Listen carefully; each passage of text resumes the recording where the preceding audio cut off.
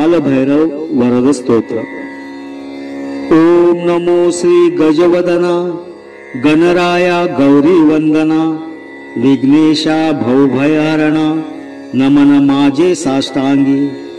नंतर नमिली श्री सरस्वती जगन्माता भगवती ब्रह्मकुमारी वीणावती विद्यादात्री विश्वाची। नमन तसे गुरुवर्या सुखनिदान सद्गुरुराया स्मरून त्या पवित्र पाया चित्तशुद्धी जाहली।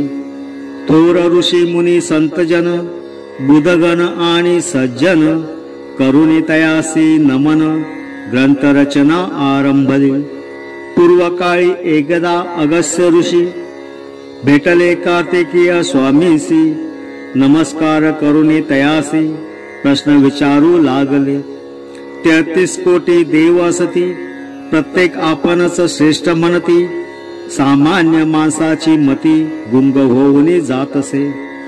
गाणपत्य म्हणती गणपती शाक्त म्हणती महाशक्ती स्मार्त म्हणती पशुपती वैष्णव म्हणती श्री विष्णू।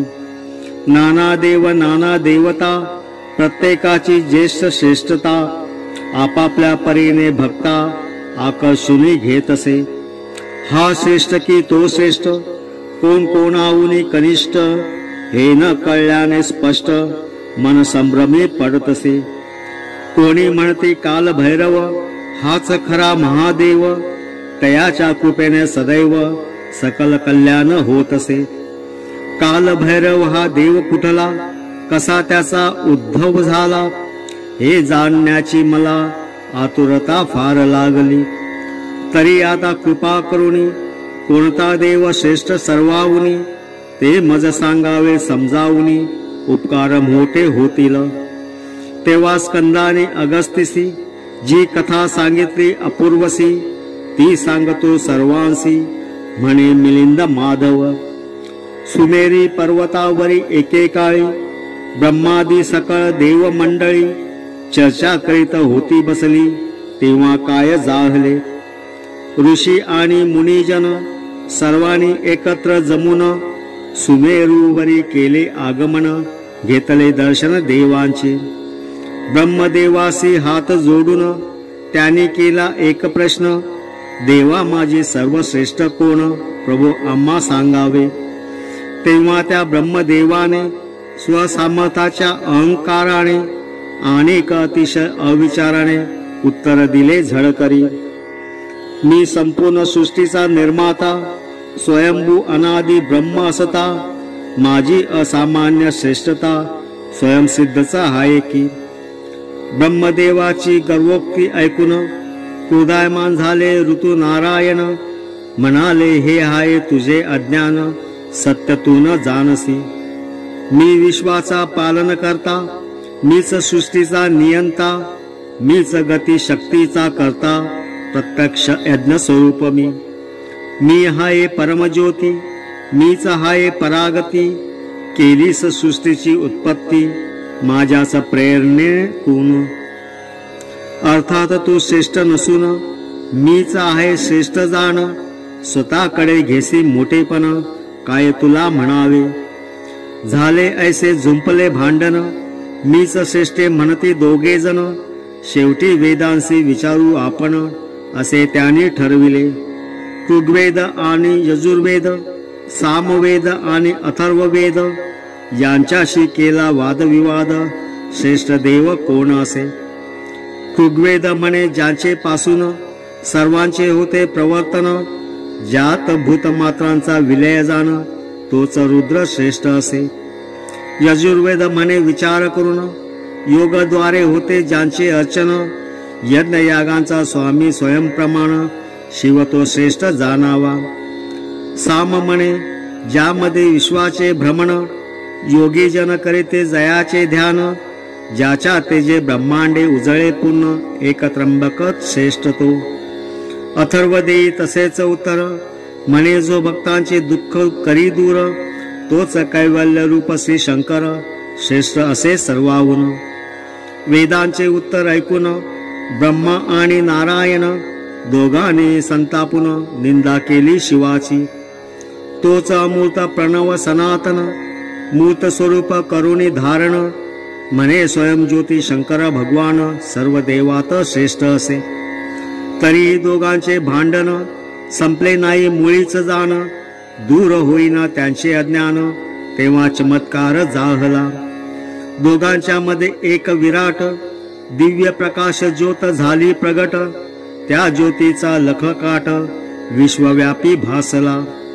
अहा म्हणता ज्योतिर्मंडली एक बालका कृती दिसू लागली दिव्य तेज प्रभा आगळी मुखावरी विलससे वर्ण शुद्ध निलांजना समान त्रिनेत्र विचित्र नागभूषण त्रिशूळ वाजवी खणखण शिवाचा अंशावतार तो ज्याला बघून प्रत्यक्ष काळ भयभीत होई कापे चळजळ काल भैरव नावे सकळ संबोधते तयाला दुष्टाचे करीतो दमन यास्तव आमर्दक नामाभिधान भक्तांचे पाप करी भक्षण म्हणून पाप भक्षक तो कालराज हेई नाव त्याचे रक्षण करीतो काशी क्षेत्राचे परिपत्य करुणी पाप्यांचे शासन घोर करीतसे अंगी विश्वोद्धारक शक्ती त्रिलोके जयाची थोर कीर्ती ऐसे पाऊन बालमूर्ती ब्रह्मदेव त्यासी बोलला माझ्या पाचव्या मुखापासून जन्म तुझा झाला म्हणून मला आता शरण येऊनी शिवाशीर्वाद घेई तू भनानले ब्रह्मदेवाचे मस्तक शिवनिंदा करी पाचवे मुख ऐकून त्याची बकबक काळ भैरव वृद्ध झाला भव्य रूप प्रकट केले अक्राळ विक्राळ आगळे डोळे लाले लाल झाले जळत्या निखाऱ्या सारखे मग त्या काळ भैरवाने डाव्या करंगळीच्या नखाने ब्रह्मदेवाचे शिर छाटिले रागाने अपराध केला म्हणून तेव्हा त्या ब्रह्मदेवाचे डोळे एका क्षणात चक्क उघडले आणि त्याने हात जोडिले चुकलो चुकलो म्हणून नारायणाने तेच केले भैरव स्तुती स्तोत्र गायले दोघांनाही सत्य ज्ञान झाले प्रत्यक्ष शिव प्रगटले देवाने केली पुष्पवृष्टी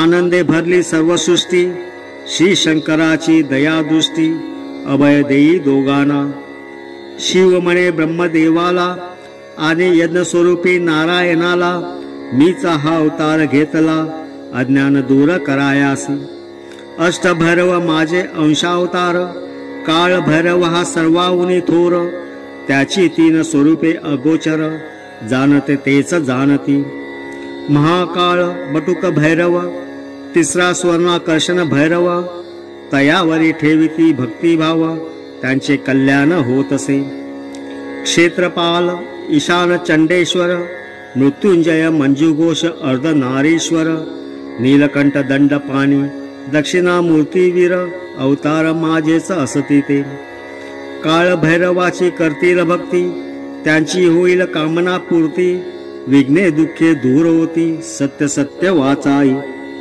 मग म्हणे काळ भैरवासी तू जरी माझा अवतार अससी तरी स्पष्ट सांगतो तुझसी सत्य ते सत्य मानावे ब्रह्मदेवाचे पाचवे मुख माझे निंदा करी नाहक म्हणून फक्त तेच मस्तक कापिलेसे तू कोपाने क्रोधाग्नी पेटता मनी विवेक बुद्धी भस्म होऊनी घडती पापे हातुनी अविचारी अनर्थ होतसे तू वागलास अविचाराने तुझ्या त्या दुष्कृत्याने ब्रह्महत्येच्या महापातकाने ग्रासिले तुझ लागी ब्रह्महत्येचे पाप अघोर दुष्परिणाम त्याचे थोर कोणी किती असो बलवत्तर पापमुक्त न होई जो कोणी महापातक करी तो जातो नरकपुरी अनंत युगे दुःख भारी भोगने प्राप्त होत असे जेव्हा महापातकी प्राणी मुक्त होतो नरक कुंडातुनी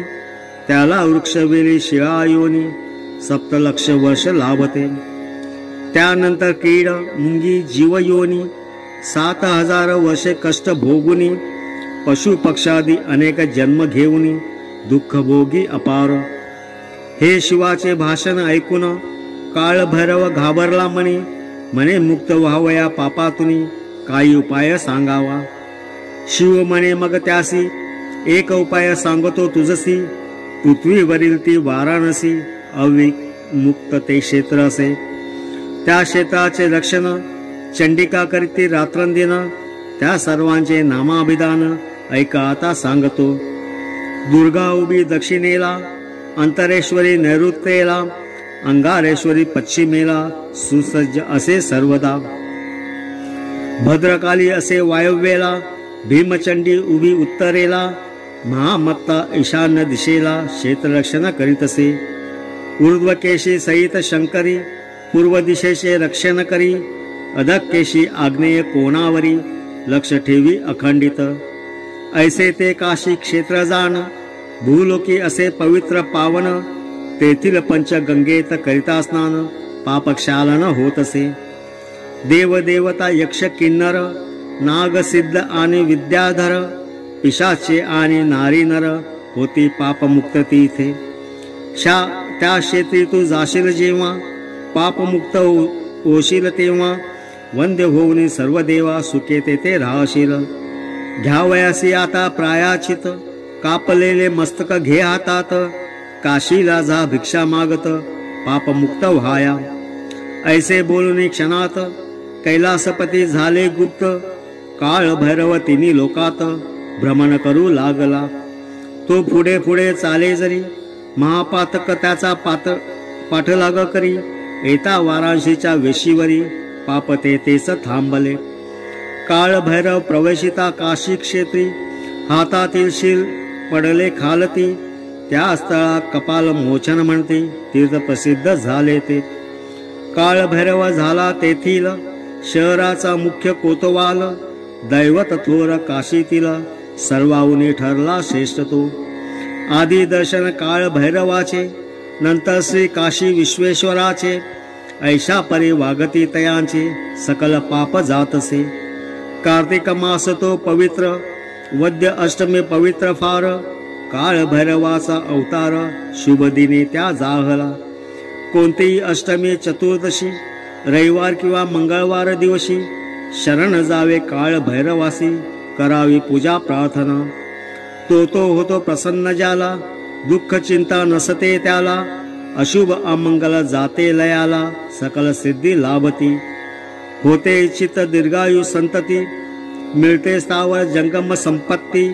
काय भैरवाचे महात्म किती आणि कैसे वर्णावे. शत्रुभय आणि चोर भय, समूळ निश्चय नष्ट होय, म्हणून तयाचेच पाय धरावे भक्ती भावाने.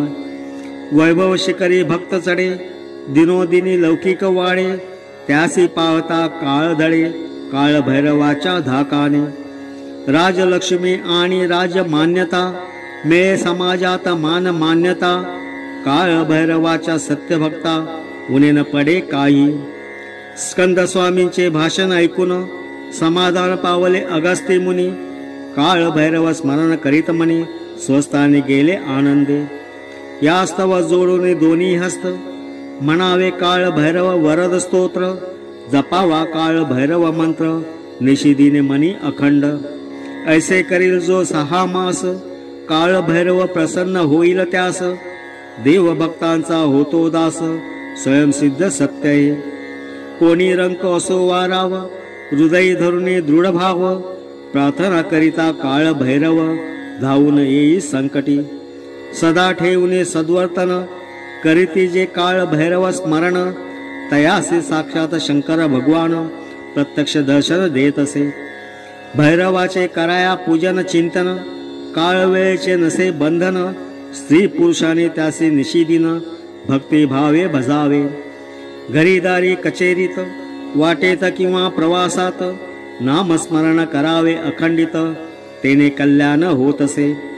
काळ भैरव होता प्रसन्न, पळते पाप आणि दैन, मिळते विपुल धनधान्य, ऐसे सामर्थ्य तयाचे.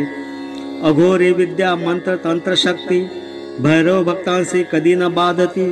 स्तोत्र जेते पठन करीती, तेते भूते घेते न राहती. काळ भैरवासी नित्य स्मरता, बंदिवासातून होते मुक्तता, येते हाती राजसत्ता, ऐसा समर्थ देवतो. ओम असितांगा भैरवाय नमः। ओम रुरु भैरवाय नमः। ओम चंड भैरवाय नमः। ओम क्रोध भैरवाय नमः। ओम उन्मत्त भैरवाय नमः। ओम कपाली भैरवाय नमः। ओम भीषण भैरवाय नमः। ओम संवार भैरवाय नमो नमः। ओम महाकाया महाकोशा महाकाया विश्वप्रकाशा मत्ता महेशा सर्वेशा काळ भैरवाय नमो नमः। संहार रूप खटवांग धारका कंकाळ पाप पुण्य शोधका सूराराध्या तापहरका काळ भैरवाय नमो नमः। लोलाक्षा लोकवर्धना लोस्या प्रिया श्वान वाहना भूतनाथा भूतभावना काळ भैरवाय नमो नमः। हे से देवादि देवा कराल वदना काळ भैरवा कृपाशीर्वाद नित्य असावा पदी लीन जाहला। कुटुंबातील सर्व व्यक्ती त्यासी दीर्घायुष्य आरोग्य शक्ती बुद्धी कीर्ती संपत्ती देवनी वंश वाढवी। जाऊ आम्ही जेते जेते कार्यसिद्धी होवो तेथे मनी कुविचार भल भलते येऊ नको देऊ तू। मिलिंद माधव याच साठी तुझ्या पायी घाली मिठी अपराध पापे कोटी कोटी क्षमा त्याची करावी। घरी नांदो सतत शांतता पडू नये कशाची कमतरता योगक्षेमाची नसावी चिंता हेच देवा मागणे। शके 1897 माघ मासी कृष्ण पक्षी चतुर्दशी महाशिवरात्रीसी ग्रंथ पूर्ण झाला हा।